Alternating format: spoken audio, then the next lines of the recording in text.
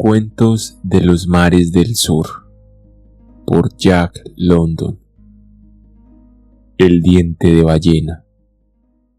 En los primeros días de la isla Fidji, John Starhood entró en la casa misión del pueblecito de Rewa y anunció su propósito de propagar las enseñanzas de la Biblia a través de todo el archipiélago de Viti Levu. Viti Levu quiere decir país grande, y es la mayor de todas las islas del archipiélago. Aquí y allá, a lo largo de las costas, viven del modo más precario un grupo de misioneros, mercaderes y desertores de barcos balleneros. La devoción y la fe progresaban muy poco, casi nada, y algunas veces los al parecer convictos arrepentíanse de un modo lamentable. Jefes que presumían de ser cristianos y eran por tanto admitidos en la capilla, tenían la desesperante costumbre de dar al olvido cuanto habían aprendido para darse el placer de participar del banquete en el que la carne de algún enemigo servía de alimento. Comer a otros o ser comido por los demás era la única ley imperante en aquel país, la cual tenía trazas de perdurar eternamente en aquellas islas. Había jefes como Tanoa, Toepicoso y Tuiquilaquila que se habían comido cientos de seres humanos, pero entre estos glotones descollaba uno, llamado Ra Undre Undre. Vivía en Takiraki y registraba cuidadosamente sus banquetes. Una hilera de piedras colocada delante de su casa marcaba el número de personas que se había comido. La hilera tenía una extensión de 250 pasos y las piedras sumaban un total de 872. Representaba cada una de ellas a una de las víctimas. La hilera hubiera llegado a ser mayor de no haber sido porque Ra recibió un estacazo en la cabeza en una ligera escaramuza que hubo en Somosomo, a continuación de la cual fue servido en la mesa de Naungabuli, cuya mediocre hilera de piedras alcanzó tan solo el exiguo total de 88. Los pobres misioneros, atacados por la fiebre, trabajaban arduamente esperando que el fuego de Pentecostés iluminara las almas de los salvajes, pero los caníbales de Fidji se resistían a dejarse civilizar mientras tuvieran provisiones abundantes de carne humana. Por aquella época fue cuando John proclamó su intención de enseñar la Biblia de costa a costa y su propósito de penetrar en las montañas del interior al norte del río Rewa. Los maestros indígenas lloraban silenciosamente. Sus compañeros misioneros trataron en vano de disuadirle. El rey de Rewa le advirtió que seguramente los montañeses le aplicarían en cuanto lo vieran el kai-kai, esto es, que se lo comerían, y que el rey de Rewa, como cristiano, no tendría más remedio que declarar la guerra a los montañeses, que le vencerían a él y se lo comerían, y luego entrarían a saco en Rewa, y por tanto esta guerra costaría cientos de víctimas. Más tarde, una comisión de jefes indígenas de allí mismo se entrevistaron con él. John los escuchó pacientemente, pero no cambió un ápice de su decisión y modo de pensar. A sus compañeros los misioneros les dijo que él no tenía vocación de mártir, pero que estaba seguro de que enseñando la Biblia en todo el Viti Levu no hacía más que cumplir un mandato divino y que se creía el escogido por Dios para tal fin. Los mercaderes apelaron a objeciones y grandes argumentos para disuadirle de la idea, a todo lo cual él contestó: «Vuestras observaciones no tienen para mí valor alguno. Están inspiradas en el temor de los daños que en vuestras mercancías se puede causar. Vosotros estáis muy interesados en ganar dinero y yo en salvar almas. Hay que salvar a los habitantes de estas islas negras». John Starhood no era un fanático. Hubiera sido él el primero en negar esta imputación. Era un hombre eminentemente sano y práctico. Estaba seguro de que su misión iba a ser un gran éxito, pues tenía la certeza de que la luz divina alumbraría las almas de los montañeses, provocando una sana revolución espiritual en todas las islas. En sus suaves ojos grises no había destellos de iluminado, pero sí se veía una inalterable resolución emanada de la fe que tenía en el poder divino, que era quien le guiaba. Tan solo un hombre aprobó la decisión de John. Era Ra-Batu, que le animaba en secreto y le ofreció guías hasta las primeras estribaciones de las montañas. El corazón de Ra-Batu, que había sido uno de los indígenas de peores instintos, comenzaba a emanar luz y bondad. Ya había hablado en varias ocasiones de querer convertirse en Lotu, en cristiano, y hubiera tenido acceso a la pequeña capilla de los misioneros, a no ser por sus 4 mujeres, a las cuales quería conservar, pero había asegurado a John que sería monógamo tan pronto como su primera mujer, que a la sazón estaba muy enferma, muriese. John comenzó su gran empresa por el río Rewa, en una de las canoas de Ra-Batu. A distancia, recortándose la silueta en el cielo, divisasen las montañas en las que se veían varias columnitas de humo. John las contemplaba con cierta impaciencia. Algunas veces rezaba en silencio, otras uníanse a sus rezos un maestro indígena que le acompañaba.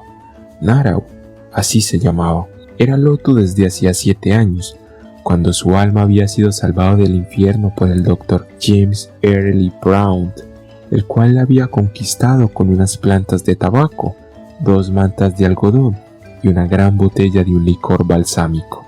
A última hora, y después de cerca de 20 horas de solitaria meditación, Narau había tenido la inspiración de acompañar a John en su viaje de predicación por aquellas montañas inhospitalarias. «Maestro, con toda seguridad te acompañaré», le había anunciado.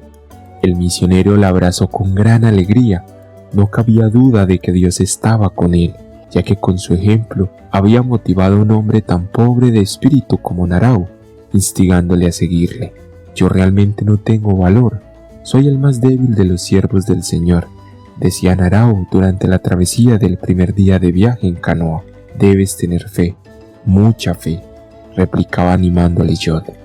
Otra canoa remontaba aquel mismo día el río Rewa, pero con 1 hora de retraso a la del misionero, y tomaba grandes precauciones para no ser vista. Iba ocupada por Erirola, al que llamaremos Eri, primo mayor de Ra-Batu y su hombre de confianza.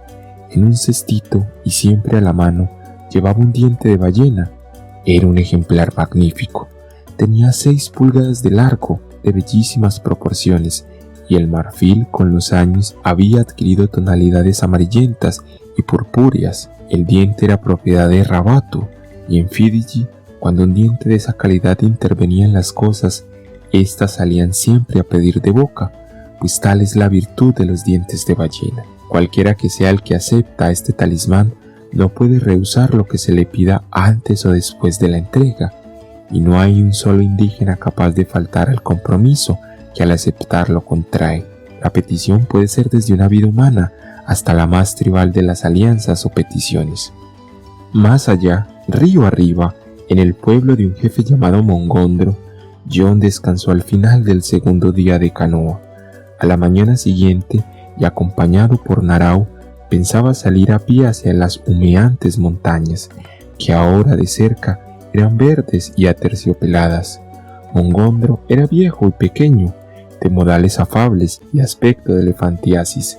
Por tanto, la guerra con sus truculencias ya no le atraían. Recibió al misionero con cariñosas demostraciones, le sentó a su mesa y discutió con él de materias religiosas. Mongondro tenía un espíritu muy inquisitivo y rogó a John que le explicase el principio del mundo. Con verdadera unción y palabra precisa, relató el misionero el origen del mundo de acuerdo con el Génesis, y pudo observar que Mongondro estaba muy afectado. El pequeño y viejo jefe fumaba silenciosamente una pipa, y quitándola de entre sus labios, movió tristemente la cabeza. «No puede ser», se dijo. «Yo, Mongondro, en mi juventud era un excelente carpintero, y aún así tardé 3 meses en hacer una canoa. Una pequeña canoa, muy pequeña. Y tú dices que toda la tierra y todo el agua la ha hecho un solo hombre». «Ya lo creo. Han sido hechas por Dios, por el único Dios verdadero», interrumpió John. Es lo mismo, continuó Monogondro, que toda la tierra, el agua, los árboles, los peces, los matorrales, las montañas, el sol, la luna, las estrellas, hayan sido hechas en 6 días. No, no y no. Ya te he dicho que en mi juventud era muy hábil y tardé 3 meses en hacer una pequeña canoa. Y eso es una historia para chicos, pero que ningún hombre puede creerla. Yo soy un hombre, dijo el misionero. Seguro, tú eres un hombre, pero mi oscuro entendimiento no puede adivinar lo que tú piensas y crees. Pues yo te aseguro que yo creo firmemente que todo fue hecho en 6 días. Eso dices tú, eso dices, replicaba humildemente el viejo caníbal. Cuando John y Narao se fueron a dormir, entró en la cabaña Eri, el cual, después de un discurso diplomático, entregó el diente de ballena a Monogondro. El jefe lo examinó. Era muy bonito y deseaba poseerlo, pero adivinando lo que le iban a pedir, no quiso aceptarlo y se lo devolvió a Eri con grandes excusas. Al amanecer del día siguiente, John se dirigió a pie, calzado con sus hermosas botas altas de una sola pieza, procedido de un guía que le había proporcionado Monogondro, hacia las montañas. Seguíale el fiel Narao, y una milla detrás y procurando no ser visto, iba Eri, siempre con el cesto en el que llevaba guardado el famoso diente de ballena. Durante 2 días fue siguiendo los pasos del misionero y ofreciendo el diente a todos los jefes de los pueblos por donde pasaban, pero ninguno quería aceptarlo, pues la oferta era hecha tan inmediatamente después de la llegada del misionero que, sospechando todos de la petición que les iban a hacer a cambio del diente, rechazaban el magnífico presente de inmediato. Íbanse internando demasiado en las montañas y Eri optó por dirigirse, aprovechando pasos secretos y directos, a la residencia de Buli de Gatoka, rey de las montañas. El Buli no tenía noticias de la llegada del misionero y, como el diente era un soberbio y bello talismán, fue aceptado con grandes muestras de júbilo por parte de todos los que le rodeaban. Los asistentes estaban en una especie de aplauso al posesionarse el diente el Buli, y grandes voces cantaban a coro: "Aboy, boy, boy, abo, bo, boy, atawalebu, wo, bo, boy, amuda, muda, muda, muda". Pronto llegará aquí un hombre blanco, comenzó a decir Eri después de una breve pausa. Es un misionero y llegará de un momento a otro. A Rabatu le gustaría tener sus botas, pues quiere regalárselas a su buen amigo Monogondro, y también desearía que los pies se quedasen dentro de las botas, pues Monogondro es un pobre viejo y tiene los dientes estropeados. Asegúrate, gran Buli, de que los pies se queden dentro.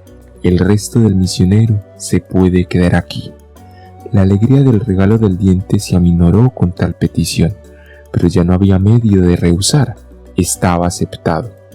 Una pequeñez como un misionero no tiene importancia, replicó Eri. Tienes razón, no tiene importancia, dijo en alta voz el Buli. Monogondro, tendrás las botas, id vosotros 3 o 4 y traedme al misionero, teniendo cuidado de que las botas no se estropeen o se vayan a perder. Ya es tarde, exclamó Eri. Escuchad, ya viene. A través de la maleza espesísima, John, seguido de cerca por Narao, apareció. Las famosas botas se habían llenado de agua al cruzar el río y arrojaban finísimos surtidores a cada paso que daba. En la mirada del misionero se leía la voluntad y el deseo de vencer. Tan convencido estaba de que su misión era inspiración divina que no tenía ni la más ligera sombra de miedo, a pesar de que sabía que él era el primer hombre blanco que se atrevía a penetrar en los inexpugnables dominios de Gatoka. John vio al Buli salir de su casa seguido de un séquito de montañeses. «Traigo buenas nuevas», dijo, saludando al misionero. «¿Quién ha sido el que te ha enviado?», preguntó el Buli sorda y pausadamente. «Dios.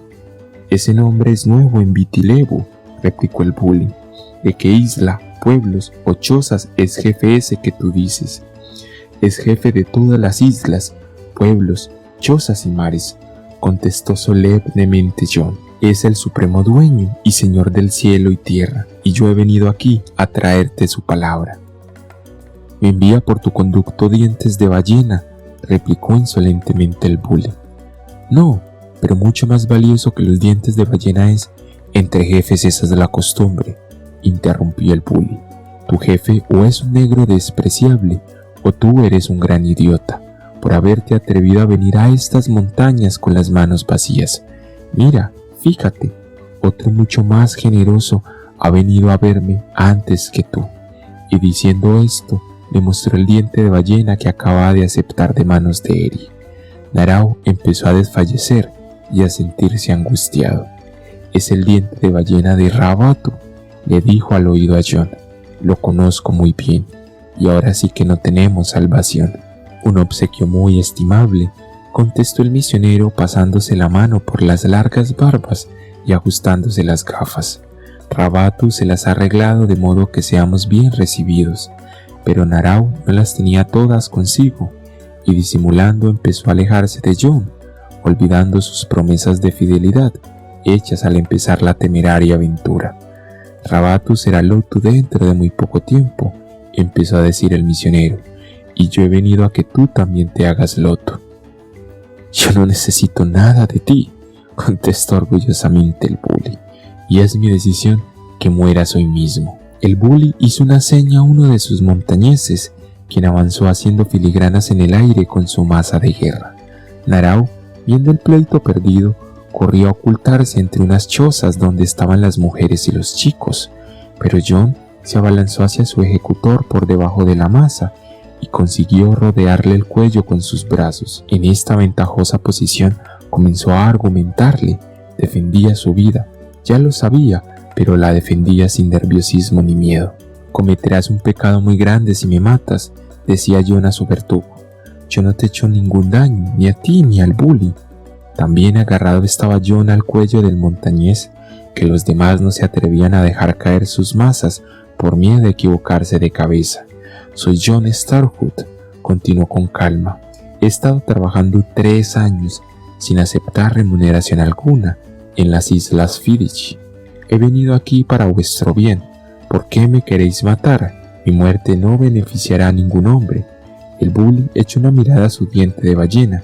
Estaba bien pagada la muerte del misionero. Este se encontraba rodeado de una masa de salvajes desnudos que hacían grandes esfuerzos por acercarse a la presa. El canto fúnebre predecesor del banquete de carne humana empezó a dejarse oír, adquiriendo tales tonalidades que ahogaban por completo la voz del misionero. Tan hábilmente plegaba su cuerpo al del montañés que no había medio de asestarle el golpe de gracia. Eri sonreía y el bully se exasperaba. «¡Fuera vosotros!», gritó el bully. «Heroica historia para que vayan contando por la costa. Una docena de hombres como vosotros y un misionero tan débil como una mujer y puede más que todos nosotros juntos. Oh, gran bully, y podré más que tú también», gritó Jon, dominando a duras penas el griterío de los salvajes. «Mis armas son la verdad y la justicia, y no hay hombre que las resista». «Ven hacia mí entonces», contestó el bully. «La mía no es más que una pobre y miserable masa de guerra, y según tú dices, no es capaz de vencerte». El grupo se separó de Jon, y quedó frente al bully, que se apoyaba en su enorme y nudosa masa guerrera. «Ven hacia mí, hombre misionero, y vénseme», gritaba el rey de las montañas, desafiándole. «Aún así, te venceré», contestó Jon, limpiando los cristales de sus gafas y guardándolas cuidadosamente mientras avanzaba. El bully levantó la masa. Jon le dijo: «En primer lugar, te diré que mi muerte no te proporcionará provecho alguno». «Deja la respuesta a mi masa», contestó el bully. Y a cada tema que el misionero tocaba, respondía en la misma forma, sin dejar de observarle con atención para prevenir el habilidoso abrazo. Entonces, y únicamente entonces, comprendió Jon que su muerte era inevitable, pero llevado de su arraigada fe, se arrodilló y empezó a invocar al cielo como si esperase algún milagro. «Perdónales porque no saben lo que hacen», decía Jon como si estuviese en contacto con la divinidad. «Dios mío, ten compasión de Fiddich, Oh Jehová, óyenos, por él, por su hijo, compadécete de Fidichi. Tú eres grande y todopoderoso para salvarles. Sálvales, oh Dios mío, salva a los pobres caníbales de Fidichi. El bully, impaciente, dijo: ahora te voy a contestar. Levantó la masa sobre la cabeza del misionero, haciéndola con las dos manos. Narao, que estaba escondido, oyó el golpe del mazo contra la cabeza y se estremeció intensamente. Después, la salvaje y fúnebre sinfonía volvía a resonar en las montañas, y comprendió Narao que su amado maestro había muerto y que su cuerpo era arrastrado a la hoguera para ser condimentado.